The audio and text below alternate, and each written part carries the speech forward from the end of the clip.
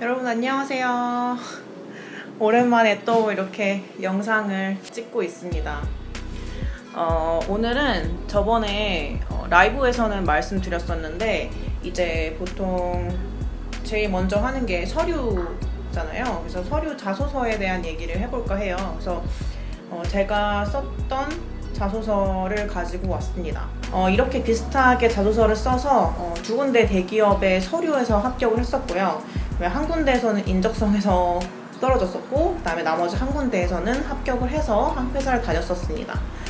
그래서 이제 보통 스펙이 다 준비가 됐는데 자꾸 서류에서 떨어진다 그러면은 사실 뭐 다양한 문제가 있을 수 있지만 가장 큰 거는 이제 자소서라고 생각이 되거든요. 그래서 자소서를 제가 어떻게 썼는지 그거에 대해서 오늘 좀 말씀을 드리려고 합니다. 근데 사실 저도 초반에는 엄청 뭐 그냥 소기업들이나 중소기업들도 많이 썼었는데 다 떨어졌었거든요. 그래서 막 되게 낙담을 많이 했어요. 내가 이렇게 나름 그래도 영어 점수도 맞는다고 만들었고, 그리고 경험도 쌓는다고 쌓았는데 정말 이 정도도 못 들어갈 스펙인가? 나는 그럼 취업을 못하는 건가? 라는 생각을 굉장히 많이 했었거든요. 근데 사실 그게 아니라 그냥 자소서에서 내가 나를 표현하는 방식이 좀 잘못됐던 경우도 많았던 것 같아요. 그래서 저는 미리 취업이 된 친구들한테 제 자소서 보내면서 어때? 뭐가 좀 어색한 부분이 있어? 아니면 너무 말이 안 되는 부분이 있어? 라는 것도 많이 물어봤었고, 주변 사람들이 많이 읽어보면은 사실 어느 정도 여기는 좀 약간 오바 같은데? 막 그러니까 이런 점들을 많이 알려주거든요. 그래서 그런 거를 이제 고치면서 이게 완성했던 그 자소서입니다.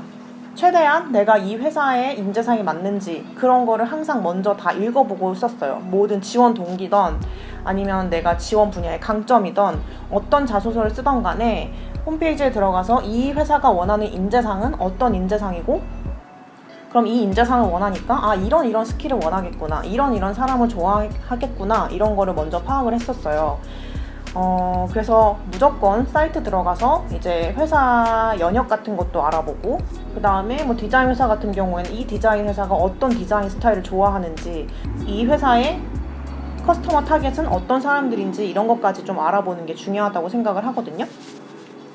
그래서 그런 걸 다 알아본 후에 저는 이제 지원 동기를 뭐라고 썼냐면, 저는 구체적인 예시를 들어서 썼어요. 디자이너라는 꿈의 시작, 프로젝트 런웨이라는 그 소제목을 가지고 지원 동기를 시작했어요.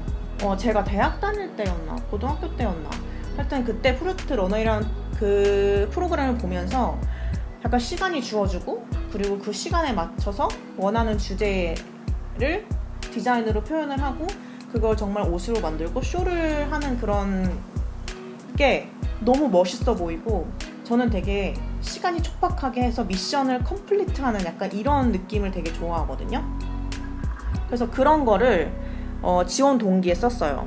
그래서 한 구절을 읽자면, 어릴 때부터 프루트 런웨이라는 미국의 디자이너 서바이벌 쇼 프로그램을 매우 좋아했습니다. 매주 쇼에 참가한 디자이너들에게 주제가 주어지고 시간 내에 옷을 완성하여 패션쇼를 하는 내용이었습니다.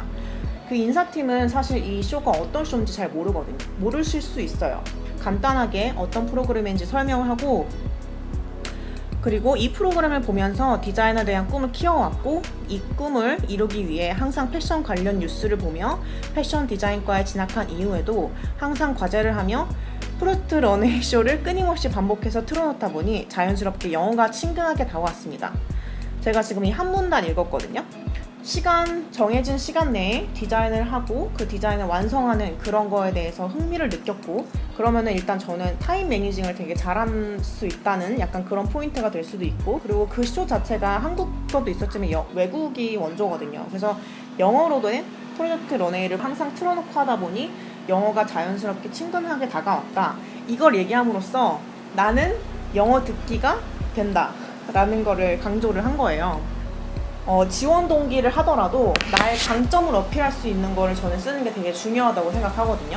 그래서 예를 들어 난 MD가 되고 싶어. 근데 나는 왜 MD가 되고 싶냐? 그러면 나는 트렌드를 읽는 걸 굉장히 좋아해서 패션 뉴스를 많이 봤다 라는 이 문장보다 나는 패션 트렌드 같은 거를 읽는 걸 좋아해서 한국뿐만 아니라 다른 나라에 있는 패션의 뉴스까지 찾아보기 시작하면서 영어가 친숙해졌다. 그러니까 지금 MD를 하던 패션 디자인을 하던 모든 분야에서 사실 영어는 빼놓을 수가 없거든요.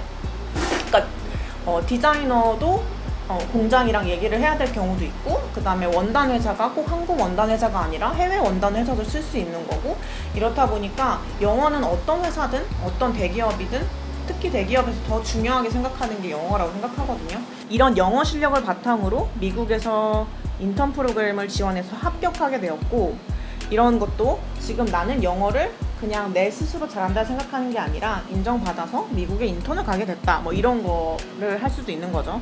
사실 미국 인턴 프로그램은 토익 몇 점 이상이면 아마 다 지원을 할 수 있는데, 이렇게 말을 한 번 더 어필함으로써 계속 각인을 시키는 거예요. 나는 영어를 잘한다, 나는 영어를 잘할 수 있다, 약간 이런 식으로 지원 동기에서도 그렇게 포인트를 짚었고, 그리고 또 이제 프로젝트 런웨이를 앞에 소제목으로 달았었잖아요. 그러니까 그 주제를 계속 나의 지원 동기를 설명하면서 예시를 썼어요. 바이어가 원하는 거를 만드는 게 사실 패션 디자이너라고 볼 수 있거든요. 아니면은 브랜드가 원하는 거, 어쨌든 상대방 클라이언트가 원하는 거, 아니면 고객이 원하는 걸 찾아서 그거를 내 성향과 잘 조합시켜서 하는 게 디자인이라고 생각을 하는데, 바이어가 미션을 주는 MC고 나는 프로그램에 있는 디자이너로서 그 바이어가 원하는, 그 MC가 원하는 그 주제에 맞는 디자인을 하는 게 굉장히 재밌었다. 그리고 그렇게 생각을 하면서 근무를 하니까 근무가 스트레스가 아닌 내가 쇼의 주인공이 된 것만 같았다. 좀 오글거리긴 한데 그런 식으로 썼어요. 그리고 업무를 진행하면서 스트레스보다는 즐거운 마음으로 미션을 수행한다는 느낌으로 근무를 하니 재밌게 일을 할 수 있었습니다. 바이어들이나 이제 다른 팀과의 소통이 굉장히 중요하거든요. 이제 MD팀 있고 생산팀 있고 디자인팀 있고 하는데 그 팀 간의 관계도 굉장히 중요해요. 그래서 저는 저의 이런 소통을 기반으로 한 영어 실력과 누구보다 업무를 즐기는 성향은 글로벌한 땡땡땡 회사의 인재상에 부합하다고 자신합니다. 개인 혹은 회사만의 성장이 아닌 회사와 본인의 발전을 함께 생각하는 땡땡땡의 신입사원이 되고 싶습니다. 이런 식으로 썼어요. 이게 지원 동기입니다. 그러니까 지금 여기서 키워드를 썼던 거는 이제 프로젝트 런웨이라는 구체적인 예시를 한 거, 그리고 그 예시를 통해서 나의 경험을 그 TV 쇼에 나오는 거와 빗대어서 설명을 한 거, 그리고 나의 장점을 지원 동기에서도 표현할 수 있게 한 거, 이게 저는 좀 포인트가 됐다고 생각을 하거든요. 사실 이게 답은 아닐 수 있어요. 어쨌든 합격한 사람의 자소서를 참고할 수 있다는 거, 그걸로만 오늘 봐주셨으면 좋겠어요. 그 다음에 이제 성격의 장단점, 이것도 되게 많이 나오는 자소서의 단골 항목이죠.